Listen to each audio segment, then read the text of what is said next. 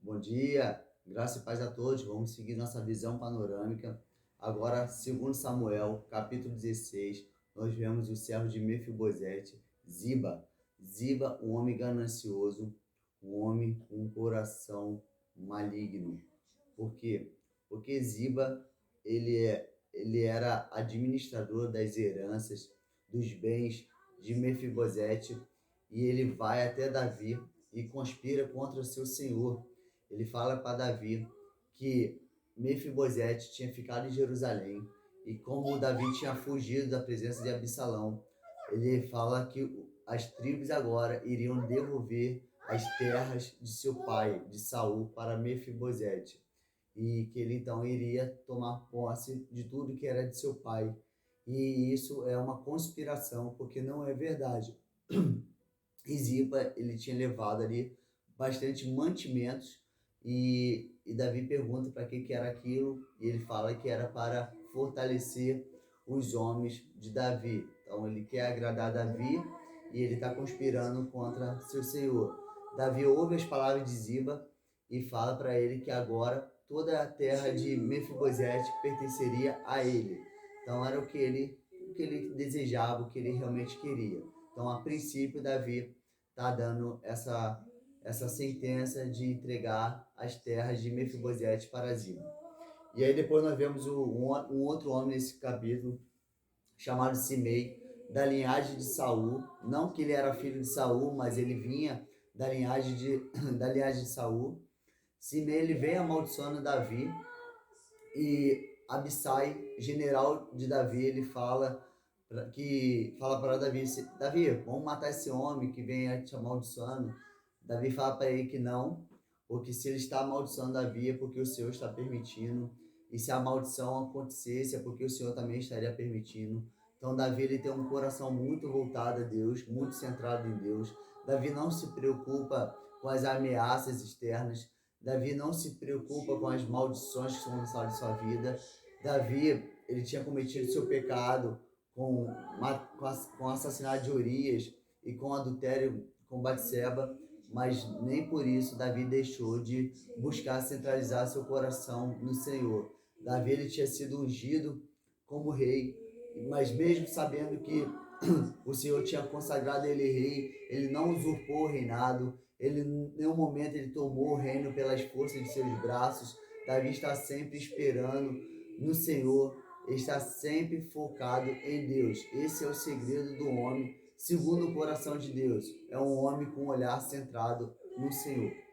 E aí, no capítulo 15 ainda, 16 ainda, nós vemos o conselho de Aitofel. Então, o que aconteceu? No capítulo 15, Davi orou ao Senhor para que o Senhor colocasse o conselho de Aitofel como um conselho louco diante de Absalão. Porque, vamos ler aqui, olha o versículo 31. Disseram a Davi, Aitofel está entre os que conspiram com Absalão. Então Davi orou, ó Senhor, torna o conselho de Aitofel em loucura. Por que Davi orou pedindo que o conselho de Aitofel fosse um conselho louco? Porque Aitofel, ele tinha um dom de sabedoria, um dom de conselheiro. Aitofel, ele tinha tanta sabedoria que a sua sabedoria era vista como a sabedoria de um profeta ou de um sacerdote. Isso está no capítulo 16, versículo 23. Olha o que fala a respeito dos conselhos de Aitofel. Os conselhos que Aitofel dava naqueles dias eram considerados tanto por Davi como por Absalão como resposta de Deus a uma consulta. Então os homens iam consultar o Senhor, ao sacerdote, ao profeta, e a resposta do sacerdote e do profeta era como a resposta de Aitofel, ou melhor dizendo, a resposta de Aitofel, os conselhos de Aitofel eram como os conselhos de um profeta e de um sacerdote. Então Davi orou ao Senhor pedindo que o conselho de Aitofel fosse um conselho louco, e ele enviou um homem chamado Uzai para estar junto com Absalão. E aí, olha o conselho que Aitofel deu para Absalão. Aitofel respondeu a Absalão, deita com as concubinas de teu pai, que ele deixou cuidando do palácio. Assim, quando todo Israel ouvir que fizeste detestável para com teu pai, todos que estão contigo se reanimarão. Por que eles se reanimarão, se fortalecerão a Absalão? Porque os homens vão ver agora que com esse ato pecaminoso de deitar com as mulheres de seu pai, Absalão seria odiado para sempre de seu pai. Então não iria haver uma reconciliação. Já que não havia uma reconciliação, eles poderiam agarrar com toda a força o reinado de Absalão. Não precisavam ficar com medo de haver essa reconciliação e depois ter uma retaliação, ter uma perseguição. E aí, versículo 21 fala que Absalão fez exatamente de acordo com o conselho de Aitofel. Assim armaram uma tenda no terraço para Absalão, e ele se deitou com as concubinas de seu pai à vista de todo Israel. O que aconteceu aqui, irmãos?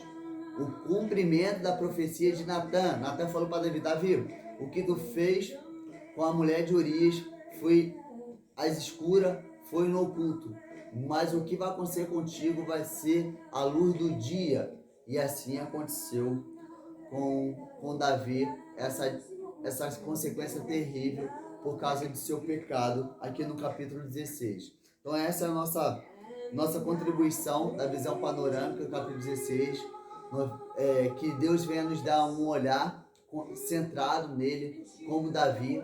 Não precisamos temer as circunstâncias ao nosso redor, não precisamos temer a palavras de maldição, porque se nós estamos com o Senhor, Ele é nosso escudo impenetrável, Ele é a nossa fortaleza, Ele é a nossa bênção, a nossa esperança, e tudo que nós precisamos é Ele.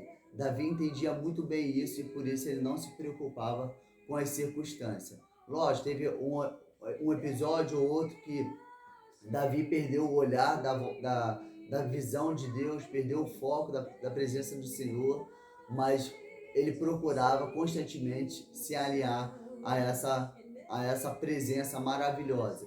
Então, que nós possamos também estar constantemente nos aliando à presença e à beleza de nosso Senhor e Salvador. Amém? Graça e paz a todos. Fui.